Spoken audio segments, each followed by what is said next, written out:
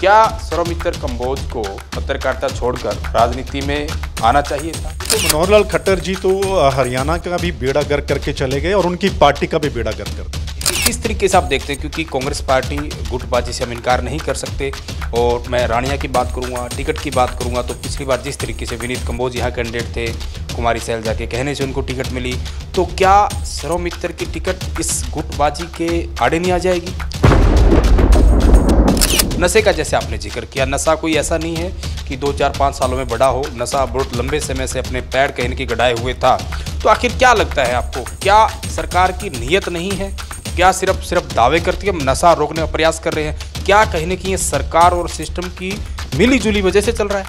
बेचने वाले लोग हैं ना, वो ऐसे सीना ठोक कर, छाती ठोक कर कहते हैं हम तो फलाने नेता के बंदे हैं, आप हमारा क्या बिगाड़ लोगे। तो तब आप अंदाज़ा लगा सकते हैं कि किसकी शह पर नशा बिकता है। सौरमित्र कंबोज पत्रकार होने के नाते भी और कांग्रेस नेता होने के नाते भी आगे आने वाले 2024 में क्या भविष्य देखते हैं? कांग्रेस पार्टी को और बीजेपी को कितनी सीटें मिलने वाली? और आपके साथ साथ 27 ऐसे लोग हैं रानिया में जो कहीं ना कहीं कांग्रेस से चुनाव लड़ना चाहते हैं। तो सौरमित्र कंबोज को, जो कि हम हर नेताओं से सवाल भी करते हैं, आखिर टिकट की कितनी उम्मीद है? क्योंकि टिकट को लेकर बड़ी मारामारी है। तो आखिर ऐसा क्या भरोसा है कि कांग्रेस पार्टी सौरमित्र कंबोज को अपना कैंडिडेट बनाकर रानिया में उतारने जा रही है? हरियाणा पंजाब के नक्शे में देखते हैं तो चंडीगढ़ में सुखना लेक सब लोगों को पता है, बहुत ही सुंदर है। हर जगह यानी कि विदेशों के लोग भी वहां आना पसंद करते हैं, उसका नाम लेते हैं। लेकिन O2 हेड का जो विजन था वो शायद सबसे बेहतर, दुनिया की सबसे सुंदर लेक हो सकती थी। वो भी आप वहाँ गए थे, बताया आपने? यस, मैं नैन साहब, अगर मुझे मौका मिल गया, मान लीजिए मैं चला गया और सरकार में, तो ये सुखना लेक जैसी लेक नज़र आएगी। इतना बढ़िया ट्रैक हम बना के देंगे, इतनी लंबी है, आप देखिए सुखना लेक से भी बड़ी लेक हो सकती है। कहाँ से चलती है और कितनी खुली डुली है। मतलब यहाँ पर इतना टूरिज्म आ सकता है, इतना कुछ आ सकता है अगर इसको अच्छे से डेवलप किया जाए। और हो सकता है, ये नहीं कि हो नहीं सकता, सब कुछ हो सकता है। करने वाला चाहिए, नीयत होनी चाहिए, करने वाला चाहिए, नीयत होनी चाहिए। दोस्तों नमस्कार, मैं हूं सुरेंद्र नैन और इस वक्त हम सिरसा जिले की रानिया विधानसभा में हैं। और जो शख्स मेरे साथ बैठे हैं, वैसे तो आप तमाम लोग इनको भले ही भांति बड़े अच्छे से जानते हैं। मेरे साथ वरिष्ठ पत्रकार सौरमित्र कंबोज जी हैं और साथ में अब ये कांग्रेसी भी हो चुके हैं, तो कांग्रेस के नेता भी हैं। अगर पत्रकारिता की बात करें तो करीब 15 साल से ज़्यादा का इनका पत्रकारिता का अनुभव है। और दा मसला नाम से तमाम, चाहे मैं हरियाणा की बात करूं या फिर अन्य भी राज्यों की बात करें, यानी कि पूरे लोगों का जो है, तमाम वर्गों का मसला हमेशा ये उठाते रहे हैं। लेकिन आखिर जिस तरीके से ये पत्रकारिता को छोड़कर और कहीं न कहीं राजनीति में आए हैं, किस मकसद से आए हैं, तो सारी की सारी बातें इनसे करेंगे। और बड़ी बात, रानिया विधानसभा में ही इनका गाँव है, जिनका गाँव का नाम है मोजदिन। तो सारी की सारी बातें खुल के करेंगे। सौरमित्र जी, पहले बहुत बहुत स्वागत है आपका। बहुत बहुत शुक्रिया नैन साहब, और जितने भी दर्शक आपके चैनल को देखते हैं, जितने भी साथी हैं, उन सभी का भी बहुत बहुत शुक्रिया। अच्छा, मेरा पहला सवाल यही कि जिस तरीके से पत्रकारिता में आप लंबे समय तक रहे, पहले अपने बड़े टीवी चैनलों में काम किया, फिर खुद का प्लेटफॉर्म को जीरो से खड़ा करके उसको बिल्कुल टॉप तक पहुंचाया और तमाम वर्गों के मसले आप रोजाना उठाते थे। आखिर सौरमित्र को इतने सालों बाद, मतलब करीब 1.5 दशक बाद, ऐसा क्यों लगा कि मुझे कहीं ना कहीं राजनीति में आना चाहिए? और राजनीति में आकर, या जो भी आपका विजन है, तो क्यों आप फिर ये चीज़ लगी आपको? नैन साहब, अपना जो फील्ड है पत्रकारिता, आपको पता है, तो आप भी घूमते हैं, मैं भी पूरे हरियाणा में घूमा, उसके अलावा भी पंजाब में बहुत रिपोर्टिंग की। तो मैं बहुत इमोशनल सा इंसान हूँ। जब मैं लोगों की दुख तकलीफ़ देखता हूँ ना, जब भी लोग फ़ोन करते थे, बुज़ुर्ग बहुत फ़ोन करते थे कि बेटा पेंशन कट गई है, PPP की वजह से इनकम ज़्यादा लिख दी, तो इतना समय हो गया धक्के खा रहे हैं। उनका मसला हल करने की कोशिश करते थे कि जाके अधिकारी से बात करवा दो। बेचारे बड़े परेशान होते थे। जो भी, अगर किसानों का मसला तो हम इमोशनल हो जाते थे। किसान आंदोलन के दौरान किसान शहीद होता था तो हम लगते थे कि हमारा जैसे परिवार का कोई साथी चला गया है। जब हम फील्ड में निकलते हैं तो दुख तकलीफ़ लोगों की देखते हैं। और मैं रानिया की जब दुख तकलीफ़ देखता हूँ ना, यहाँ नशा बहुत ज़्यादा है नैन साहब। और मैं स्पेशल रिपोर्टिंग करने आया था रानिया में 5-6 महीने पहले। और जब मैं उन घरों में गया, उन परिवारों में गया, एक एक परिवार से 2-2 युवा नशे की भेंट चढ़ चुके हैं। ताले लगे हुए हैं कई घरों में, पूरा परिवार ख़त्म हो गया है। कई युवाओं के शरीर पूरे गले हुए हैं नशा कर कर के। और वो कहते हैं कि बड़ा ईजिली नशा मिलता है, सभी को पता है कौन लोग हैं बेचने वाले, लेकिन कोई कार्रवाई नहीं है। यानी वादा उनसे 5 साल पहले किया गया था कि नशा ख़त्म करेंगे, लेकिन नशा ख़त्म नहीं बल्कि कई गुना बढ़ गया है।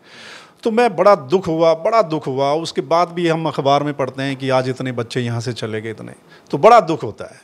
तो तब जाकर लगता है कि हम मसले पूरे हरियाणा के हर वर्ग के उठाते हैं, तो क्यों ना अपने हलके को भी हम अपलिफ्ट करें, जो कि पिछले 15 साल से रानिया हलका बना है। 3 इलेक्शन हो चुके हैं, वो रानिया पीछे ही गया है, आगे नहीं गया है। मतलब रानिया का किसी ने ख्याल नहीं रखा है, लावारिस छोड़ दिया है। रानिया का आप हाल जाकर देखो, हर वर्ग, सड़कें, बिजली, पानी, जो भी व्यवस्था है सब पिछड़ चुकी है। थोड़ी बरसात आएगी, रानिया का आप हाल देखना, वहाँ के डिवाइडर कुछ नहीं है, बिल्कुल गांवों में जाकर देखिए, किसान परेशान है। तब जाकर लगता है कि हमें अपने हलके को अगर अपलिफ्ट करना है तो फिर सिस्टम में आते हैं। हम जो मसले पत्रकारिता में उठाते हैं, हो सकता है कुछ हल हो जाएं, सरकार वॉच करती है, लेकिन सारे हल नहीं होते। लेकिन हाँ, अगर हम सिस्टम में आते हैं तो हमारे पास कुछ ऐसी पावर होती है कि हम अपने हलके के लोगों का या उस हलके का कुछ काम कर सकते हैं। इसलिए सोचा है कि सिस्टम में आते हैं और सरकार में आएंगे तो यहाँ पर रानिया का जो विकास करवाना है और रानिया के हालात बदलने हैं। ठीक है, आपने अपनी सोच बताई सौमित्र भाई कि क्यों आप राजनीति में आए और मकसद आपका, आपने विजन अपना सबके सामने रखा।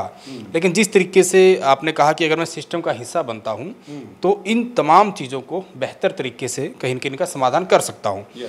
उसके लिए आवश्यकता है किसी पार्टी की, पार्टी भी आप ज्वाइन कर चुके हैं। उसके लिए कहीं न कहीं फिर सबसे बड़ी आवश्यकता है टिकट की। अगर मैं टिकट की बात करूँ, जिस तरीके से मैंने कांग्रेस पार्टी ज्वाइन भी की है और कहीं न कहीं चुनाव लड़ने के लिए आवेदन भी आपने किया है, और आपके साथ साथ 27 ऐसे लोग हैं रानिया में जो कहीं ना कहीं कांग्रेस से चुनाव लड़ना चाहते हैं। तो सौमित्र कंबोज को, जो कि हम हर नेताओं से सवाल भी करते हैं, आखिर टिकट की कितनी उम्मीद है, क्योंकि टिकट को लेकर बड़ी मारामारी है, तो आखिर ऐसा क्या भरोसा है कि कांग्रेस पार्टी सौमित्र कंबोज को अपना कैंडिडेट बनाकर रानिया में उतारने जा रही है? नैन साहब, जब से मैंने ऐलान किया ना कि मैं चुनाव लड़ना रानिया में, तो पूरे हरियाणा से इतना प्यार, लोग कहते हैं कि एक ऐसा बंदा विधानसभा में आना चाहिए, एक ऐसा बंदा सिस्टम में आना चाहिए। तो पूरे हरियाणा से सपोर्ट है। पार्टी में आया हूँ कांग्रेस में, क्योंकि यही लग रहा आपको, और आप भी देख रहे होंगे, कांग्रेस की सरकार आ रही है, तो वही कि सरकार में आएंगे और पूरा भरोसा है कि पार्टी मुझे टिकट देगी, यहाँ पे से चुनाव लड़वाएगी और हम जीतेंगे, कन्फर्म जीतेंगे। और जब वहाँ जाएंगे तो भाई विधानसभा में कोई बंदा नज़र आएगा नैन साहब, जो इससे पहले रानिया को कोई नज़र नहीं आया, कोई बोला नहीं है, चुपचाप बैठे रहे हैं वो लोग, नज़र आएगा, रानिया के मुद्दे उठाएगा और रानिया का हक लेकर आएगा। मुझे पूरा भरोसा है, पार्टी मुझ पर विश्वास करेगी, क्योंकि पूरा हरियाणा चाहता है और रानिया के लोग भी चाहते हैं कि कोई ऐसा बंदा आया है जो उनकी आवाज़ उठा रहा है, वो मुद्दे जो पहले किसी ने उठाए नहीं वो उठा रहा है और बड़े धड़ल्ले से उठा रहा है। और अगर ये बंदा मुद्दे उठाएगा तो फिर उनके काम भी होंगे। ये बात तो बिल्कुल आपने ठीक कही, क्योंकि चाहे मैं पत्रकारिता जगत की बात करूं या फिर आम लोगों की बात करूं, चाहे वो रानिया के हो या कहीं की भी, देश के किसी भी हिस्से के हो, सौमित्र कंबोज सबके चहेते हैं, सब आपको बहुत ज़्यादा लाड करते हैं, आपको पसंद करते हैं। आपके जो आप मसले उठाते थे उनको भी कहीं ना कहीं आपको श्रेय दिया जाता है कि बहुत अच्छा काम कर रहे हैं। लेकिन जिस तरीके से मैं रानिया विधानसभा की बात करूँ, जब से रानिया विधानसभा अस्तित्व में आया है, ये विधानसभा क्षेत्र बना है, 2009, 2014, 2019 3 यहाँ चुनाव हुए हैं। पहले 2 विधायक में बात करूँ, कृष्ण कंबोज और रामचंद्र कंबोज, दोनों कहीं कि लोकदल पार्टी से बने। और मैं तीसरे विधायक की बात करूं, जो कि अब विधायक नहीं है, कहीं ना कहीं रणजीत चौटाला, वो निर्दलीय बने। आखिर क्यों लगता है कि इन लोगों ने, और रणजीत चौटाला तो खुद मंत्री रहे और अब भी मंत्री हैं, उस पर हम बात करेंगे, अब भी वो मंत्री हैं, कि वो चीज़ें क्यों नहीं उठाई वहाँ पर? यही दुख होता है कि पिछली बार रणजीत चौटाला को लोगों ने बड़ा समर्थन दिया, सभी ने पार्टीबाजी से ऊपर उठकर उनको वोट दिया और वो सत्ता में भी चले गए, कैबिनेट मिनिस्टर भी बन गए, 2 बड़े महकमे भी उनके पास थे। वो चाहते तो बहुत कुछ कर सकते थे इस हल्के के लिए, अगर वो करना चाहते। लेकिन आप लोगों के बीच में जाइए, लोग यही कह रहे हैं कि सिर्फ उन्होंने बातें की हैं, काम यहाँ पर नहीं किया है। और मैं तो अब लोगों से यही सुन रहा हूँ कि मंत्री साहब लोगों के बीच में जाकर कहते हैं कि चलो माफ़ कर दो, अगर कुछ नहीं हुआ तो हम अगली बार करेंगे। मतलब हालत बहुत पतली है उनकी, इसी से अंदाज़ा लगाया जा सकता है। और आपने सुना होगा विधानसभा में कितनी बार उन्होंने हल्के की आवाज़ उठाई है, हल्के की आवाज़ उठाते तो बहुत पहले ये हल्के में सुधार होता। आप देखिए उपमंडल आज तक नहीं बना। हरियाणा में 14 पीछे उपमंडल बनाए गए थे, उसमें रानिया का भी नाम आना चाहिए था। रानिया पूरे नॉर्म्स पूरे करता है। 2022 में ही मंत्री ने वादा किया था कि मैं बनवा के दूंगा, क्योंकि पूरे नॉर्म्स पूरे हैं, उसके बावजूद आज तक नहीं बना। अब सरकार ने आश्वासन दिया क्योंकि वोटिंग यहाँ पर आ गई। तो मैं वही कहता कि मंत्री साहब चाहते तो बहुत विकास करवा सकते थे। वो कहते हैं कि 500 करोड़ रुपया वो लेकर आए रानिया के लिए। मैं कहता हूं कि वो 500 करोड़ रुपया कहां गया, मुझे दिखाओ। क्योंकि जो हाईवे बनाए वो 3 महीने बाद टूटने शुरू हो गए हैं। आप देखिए कुछ भी नहीं, किसान परेशान है। किसान कहते हैं कि सरकार ने तो कुछ किया नहीं, हम उल्टा पैसे इकट्ठे करके जो करना चाहते थे कर रहे थे। पाइपें डलवाई थी वो भी मंत्री साहब ने वहां उखड़वा दी। मतलब ये हालत है।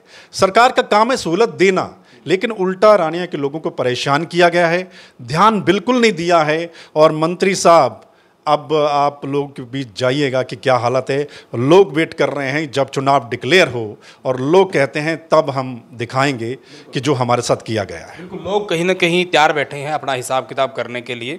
और जिस तरीके से आपने रानिया विधानसभा क्षेत्र का जिक्र किया, एक एक चीज़ आपने बड़ी डिटेल में बताई कि क्या क्या यहाँ कमियाँ खामियाँ हैं और किन किन चीज़ों का सुधार हो जाना चाहिए था। आपकी वीडियो तमाम हरियाणा के लोगों ने देखी थी। आप ओटू जो हेड है, झील है, जो वहाँ गए थे। और अगर हम हरियाणा पंजाब के नक्शे में देखते हैं तो चंडीगढ़ में सुखना लेक सब लोगों को पता है, बहुत ही सुंदर है। हर जगह यानी कि विदेशों के लोग भी वहाँ आना पसंद करते हैं, उसका नाम लेते हैं। लेकिन ओटू हेड का जो विजन था वो शायद सबसे बेहतर, दुनिया की सबसे सुंदर लेक हो सकती थी। वो भी आप वहाँ गए थे, बताया आपने। यस, मैं नैन साहब अगर मुझे मौका मिल गया, मान लीजिए मैं चला गया और सरकार में, तो ये सुखना लेक जैसी लेक नज़र आएगी। इतना बढ़िया ट्रैक हम बना के देंगे, इतनी लंबी है। आप देखिए सुखना लेक से भी बड़ी लेक हो सकती है। कहाँ से चलती है और कितनी खुली डुली है। मतलब यहाँ पर इतना टूरिज़्म आ सकता है, इतना कुछ आ सकता है अगर इसको अच्छे से डेवलप किया जाए। और हो सकता है, ये नहीं कि हो नहीं सकता, सब कुछ हो सकता है। करने वाला चाहिए, नीयत होनी चाहिए। पता नहीं क्यों नहीं ध्यान दिया गया इस तरफ, लेकिन मैं करूंगा। ये वादा है रानिया के लोगों से कि यहाँ पर टूरिज्म आएगा, हब बनेगा, एक बढ़िया ट्रैक बना कर देंगे और एक बड़ी लंबी चौड़ी लेक यहाँ पर आएगी। पहले वालों ने बातें की, हम करके दिखाएंगे। ठीक, आपने कहा कि पहले वालों ने बातें की, हम करके दिखाएंगे। मतलब इस तरह की भी चीज़ें रहती हैं। जब मैं कहीं के लोगों से बातचीत कर रहा था, आपके कुछ चाहने वाले जो काफ़ी समय से आपके साथ है, मतलब सर्वमित्र कंबोज तो पहले भी चुनाव लड़ना चाहते थे। आपने पहले भी किसी पार्टी के सामने पेशकश रखी थी, और मैं सीधा सीधा नाम लेता हूँ, आपने इंडियन नेशनल लोकदल के सामने भी इच्छा रखी थी कि लोकदल की आपको टिकट मिले और आप चुनाव लड़ते। पहले भी आपने प्रयास किए थे। नहीं, उस समय वो पार्टी में हमें टिकट देना चाहती थी दैट टाइम, लेकिन उस समय I am not ready, I was not ready. मतलब मेरे परिवार ने ही मना कर दिया था कि पॉलिटिक्स में नहीं जाना है। और पत्रकारिता में उस समय ज़्यादा समय नहीं हुआ था मुझे, मैं नया नया आया था और मैं उसमें करना भी चाहता था कुछ। लेकिन अब मैं हालत देखता हूँ ना, तो अब मुझे लगता है कि जाना चाहिए, सच में जाना चाहिए। और पॉलिटिक्स जो होता है कि ये पत्रकारिता जैसा फील्ड है नैन साहब, हम वहाँ भी मसले उठाते हैं और यहाँ भी मसले उठाने, या मसले उठाने अपने हल्के के विधानसभा में जाके। और अगर सही बंदा वहाँ पर पहुँच जाए तो फिर अपने हल्के के लिए बहुत कुछ कर सकता है। तो वही सोच कर आया हूँ नैन साहब। और रानिया वाली मुझे पता, जितना प्यार मुझे मिल रहा है, मैं गांव में जाता हूँ, बहुत प्यार मिलता है। और उनको बड़ी उम्मीद है, सच में बड़ी उम्मीद है, क्योंकि पहले वाले लोग जो है ना वो उम्मीदों पर खरा नहीं उतरे।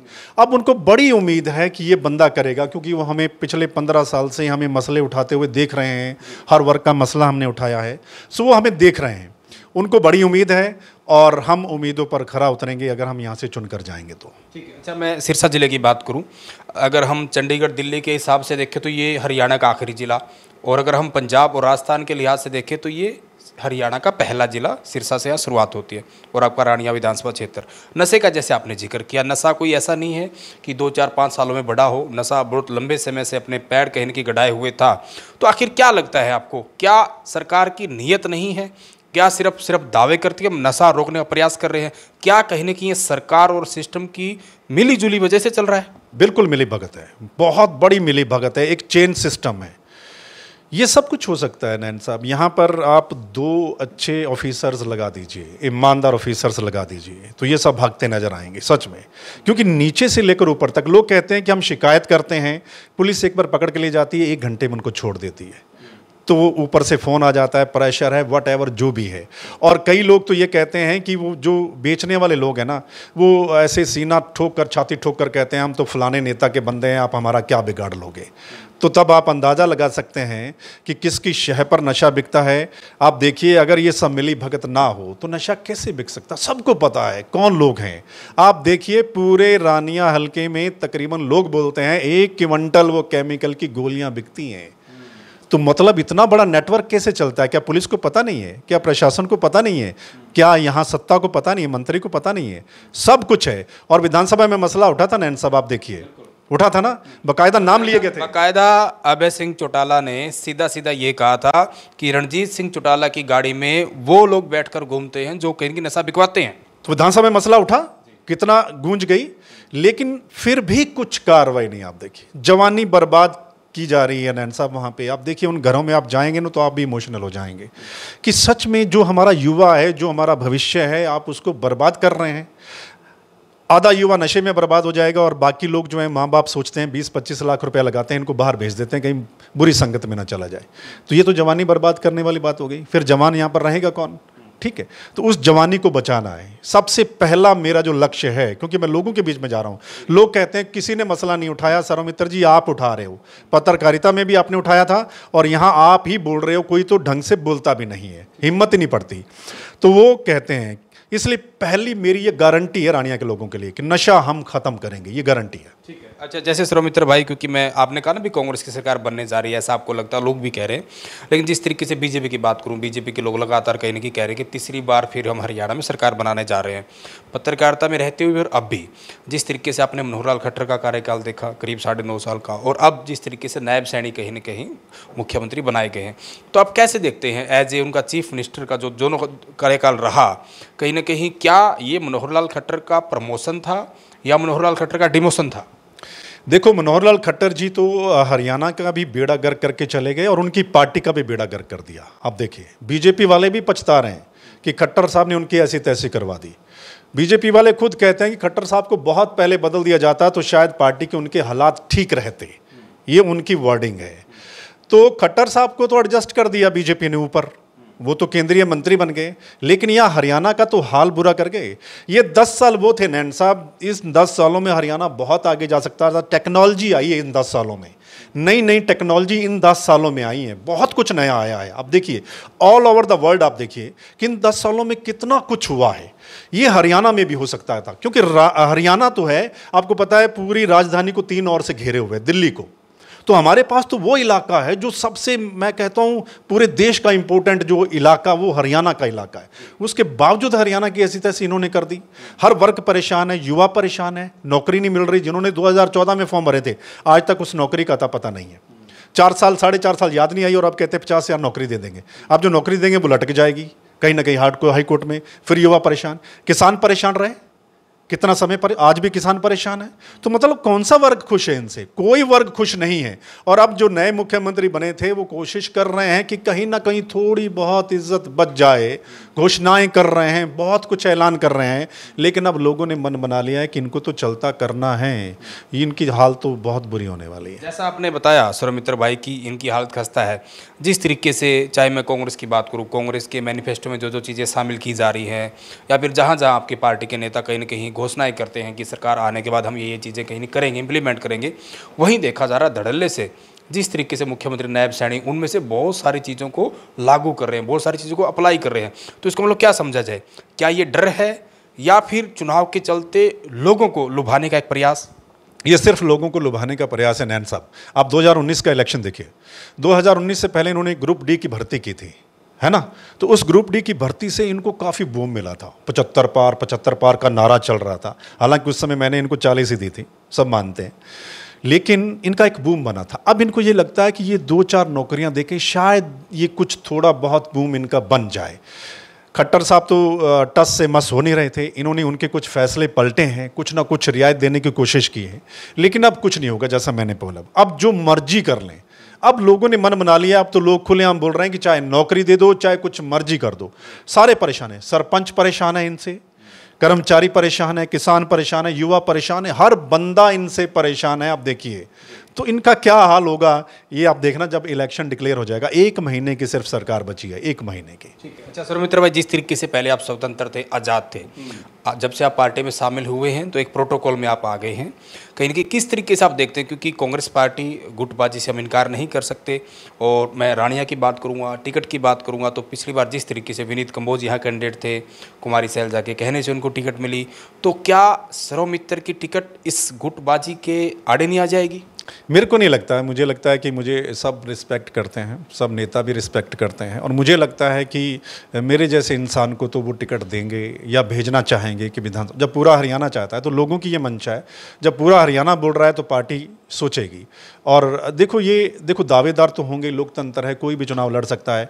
कई हलकों में तो 80-80 दावेदार आप देखिए, और ये दावेदार उस वजह से भी हैं क्योंकि सभी को लगता है कि कांग्रेस की सरकार आ रही है, तो हर कोई कोशिश करेगा, नो डाउट, कोशिश सब करते हैं, तो इसमें बुराई भी नहीं है सब। और पार्टी का फायदा ही हो रहा है, जितने बंदे लगे हुए हैं प्रचार करने में, पार्टी का कहीं ना कहीं फायदा ही हो रहा है। एक बंदे को टिकट मिलेगी, सब साथी उनका साथ देंगे और यहाँ पर लगे रहेंगे। मुझे लगता है कि पार्टी, मुझे बहुत भरोसा है, पार्टी टिकट देगी, हम लड़ेंगे और विधानसभा में पहुँचेंगे। ठीक है। अंतिम सवाल मेरा, मैं ये बात तमाम कांग्रेस के लोगों से पूछता हूँ, और जिस तरीके से आपने पत्रकार रहते जब चुनाव हुए, चुनाव से पहले कहीं कि अपना विश्लेषण दिखाया था कि फलानी पार्टी फलानी सीटें आने वाली हैं, या फिर आने वाले समय फलानी सरकार बनने वाली है, चाहे लोकसभा के चुनाव रहे हो या विधानसभा के चुनाव रहे हो, तमाम चीज़ों पर आपकी जो टिप्पणियाँ आप करते थे, जो एनालिसिस आप करते थे, वो काफ़ी हद तक टिक जाता था।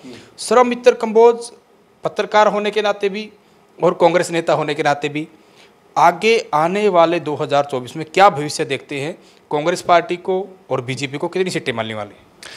मुझे जो मौजूदा लग रहा है, अभी तो देखिए हालात नैन सब बदलेंगे, जब चुनाव डिक्लेयर होगा तो एक तरफ लहर सी आएगी, लेकिन मुझे लग रहा है कि इस समय तकरीबन 60+ सीटें मुझे कांग्रेस की लग रही हैं। इस समय जो है वो लग रही 55 और 60 के बीच में इस समय, यानी 60 के आसपास।